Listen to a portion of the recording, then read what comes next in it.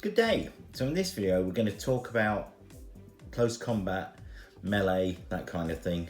I'm going to break it down into a couple of videos because I don't want it to go on too long. So the first one's going to be all about infantry and artillery and commanders. Very briefly before I do that, because I've touched on this but I haven't mentioned it before, so I wanted to talk about deploying a skirmish screen in front of your main battalions. So as I've said before, you can put, obviously these will be a lot further away in real life on the battlefield. You can place your skirmishers 5 inches in front of your troops. This is your light company from your battalion. So let's say only the French have done this. So as I've mentioned before, you cannot shoot for your own troops, but these light troops can shoot at the enemy main battalion. This battalion shooting back can ignore them and shoot the main body of troops. Also, if they charge into melee, I'll get this out of the way now, they ignore them for movement distances. They measure from the center base to any point on that unit. These guys will just fall in back into the unit when they get charged. So the other thing that I want to slightly touch on, so let's say both units are deployed skirmishers because they want to get that extra save. So your main body of troops can't shoot because they can't shoot for their own men, but your skirmishers are free to shoot. But in this case, if they've both got skirmishers, you can shoot the enemy skirmishers. I know they'll be split onto 2 bases, but you act as if each base is its own base now, so you do get a bonus base this way in effect. And they can just shoot the other enemy skirmishers.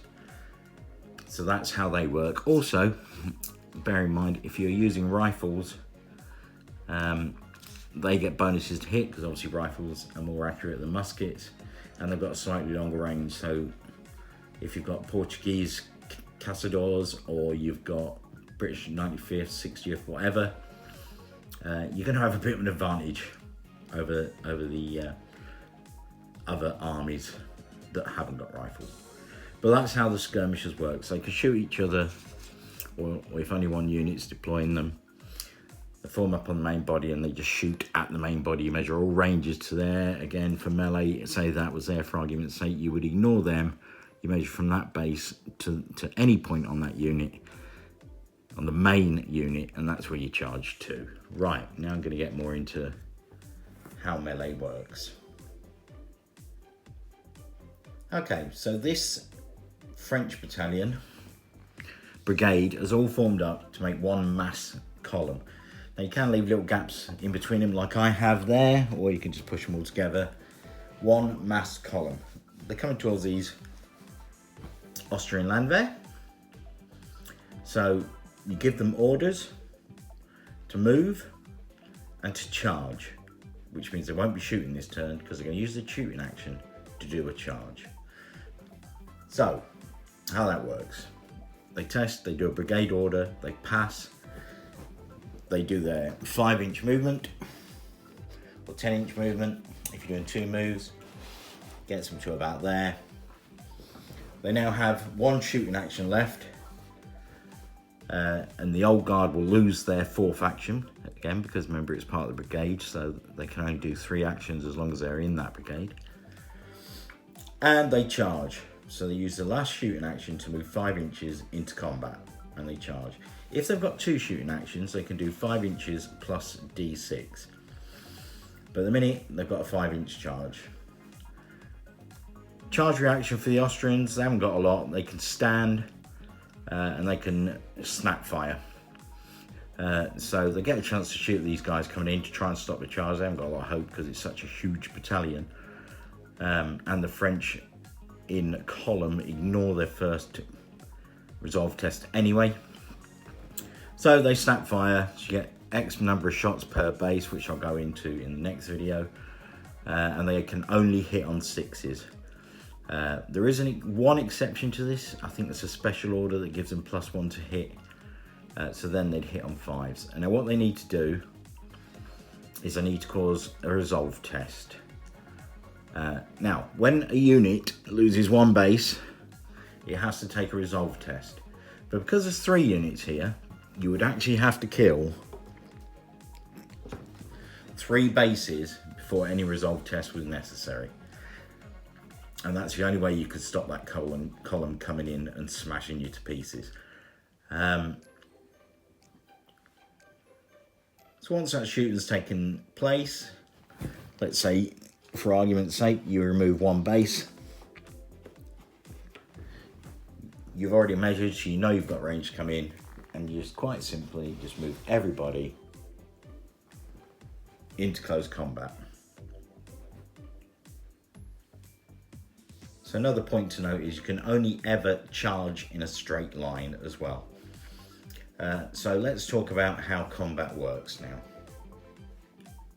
So this unit of French has attacked in attack column. It's hit this Austrian unit that's in line. So we're going to talk about how this all works. So what will happen here is you've got 2 bases to the front of this French unit that will engage 2 bases of the Austrians. Sorry about my arm getting in the way. Like that. So all these guys get to use their full attacks. On average, I think it's 4 attacks to a base. Because the French are in attack column, they will get full supporting attacks from every base behind. So these will get 4 attacks at each base as well. That's because these columns were designed to be giant battering rams that just smashed into enemy lines and tore them to pieces.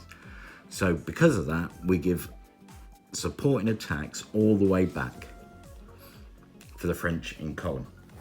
The Austrians in line will only get a supporting attack, 1 either side of the French 2 bases. Now it wouldn't matter if these French bases had 8 men to a base, for argument's sake, or 6 men, or 3 men, or however you do it. If there's only 2 bases to the front, like that, only 2 bases of the enemy count as being engaged. So here, there's 2 of them 2 at the front, they'll get full attacks. The guys to the side will get supporting attacks, but they're halved. So they only get 2 attacks per base.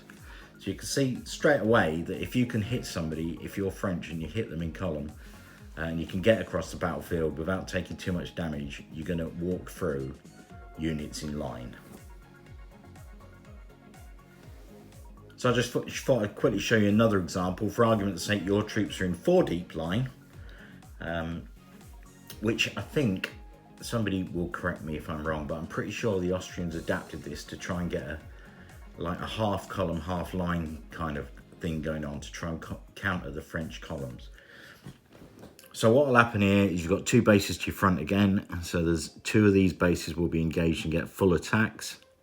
But then everyone else will get supporting attacks, but they don't get the column version. So you'll get half attack, half attack, half attacks, half attacks. So they get 2 attacks per base, but your front 2 would get your normal 2. Whatever 2 bases. Again, it doesn't matter the size of the bases, whatever the attacking unit has got, that's how many the defending unit will get. So if there's 2 bases at the front, or like this, if they attacked in 4 deep line and they hit there, then all the bases on the front would get full attacks and the rear ones would get supporting attacks. So let's say this French column has been rampaging around the battlefield.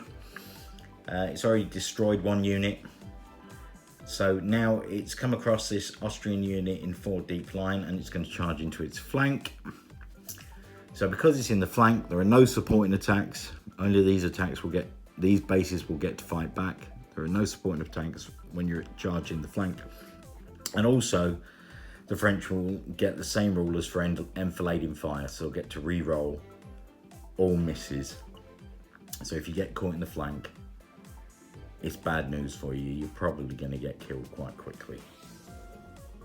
So we fought this combat, and the French have caused 10 wounds to the Austrians, and the Austrians have caused 7 wounds to the French.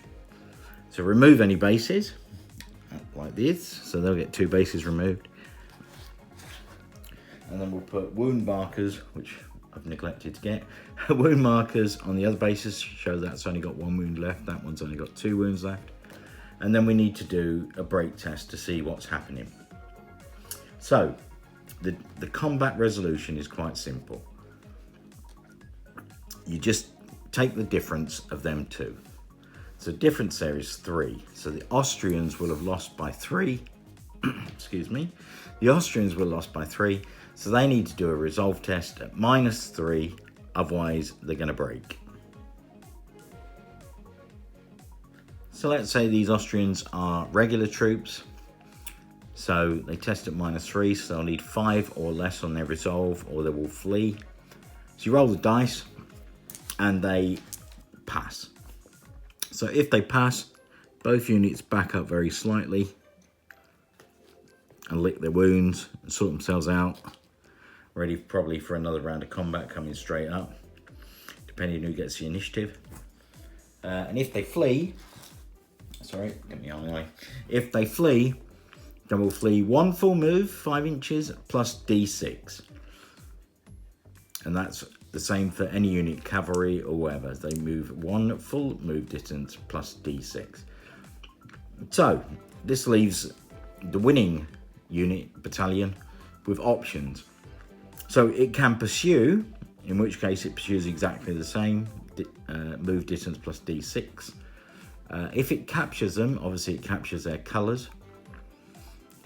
Or it can choose to stay where it is, which will take a resolve test, and then it can reform as a free move.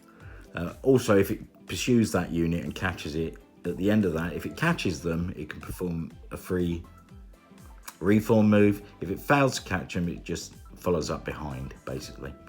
This unit that broke will count as fatigued, and then it will need a resolve test to get back into the battle. These guys just carry on as normal. There are some things that affect your combat. So if you are the charging unit, you get +1 to hit, and you get +1 combat resolution for charging. And say for argument's sake, this unit was in cover. They would get their cover saves in the first round of combat, so they were fighting over a wall or a hedge. And these charged in, so these would get, if they were behind a wall, they get +2 to their save for being behind a wall for the first round of combat. So very quickly, units charging artillery. So artillery units can never charge, but they can obviously be charged. So what we'll do here is this attack column will hit that unit. They will get 1 base, because there's only 1 base of artillery, but they will get full support and attacks all the way back. The artillery will, in this case, be able to fight back. And you'll do your combat resolution as normal. And that's pretty much it for artillery. If you charge them in the flank, again, you get enfilading. And then you'd still only get 1 base, because there's only 1 base to the front. There's only 1 base there, so you can only attack with 1 base. But you do get, remember, all the supporting attacks. Enemy commanders. So you can charge enemy commanders provided they are the closest target, same as shooting. So all you do is give them an order, they pass it, they charge in. Unit commanders have got their own stats, so they will be able to fight back. But a unit commander counts as cavalry, so I'll go more into that in the cavalry rules. But for now, a unit commander can choose to flee if he wishes, because he's got a lot more move than the French.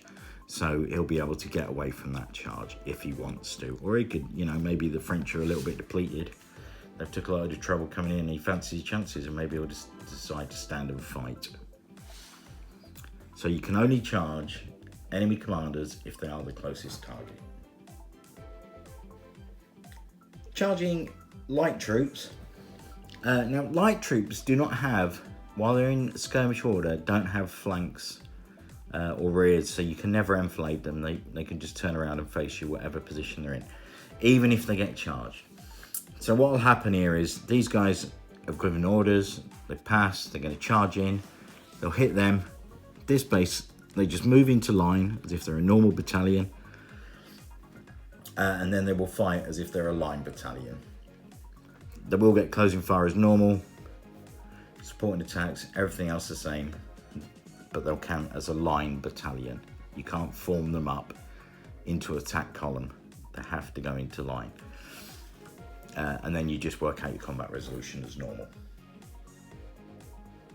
So let's go for a brief summary.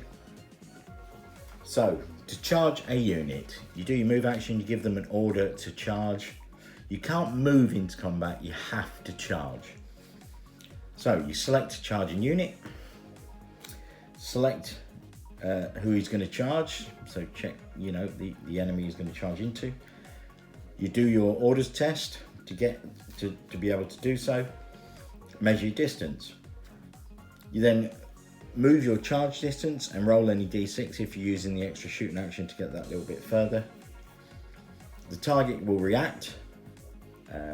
So when it's charging other infantry, it will just stand and shoot. If they are charged to the flank or the rear, they cannot stand and shoot, only if they're charged to the front. The charging unit then removes any casualties from this closing fire and carries out any appropriate tests or checks. So if it has to do a resolve check because it's taken too many casualties. Carry out the combat if they manage to get in and work out the result. Carry out any follow-ups that are required, i.e. either standing still and reforming or chasing after them. And then perform any free reform moves wherever necessary. I think that pretty much concludes the melee for infantry and artillery. I may have missed something, I don't think I have. I say, if you want a copy of the rules, just drop me an email and anything that I have missed will be in there. So the very next video, I will get on to cavalry and combat. There's a few extra rules that cavalry get, but I just didn't want to make this video too long, so I'll do that. And then after that, we'll get into a bit more of the nitty gritty, like saves, what you need to hit. And then after that, I'll do a final one of break down the troops, and then, you know, build an army. And then the last thing will be a quick playthrough of all the rules so you can see exactly how it all works. Anyway, I hope you got that, I hope you understood it, hope you enjoyed it, and I'll get back to you in the next one. Bye for now.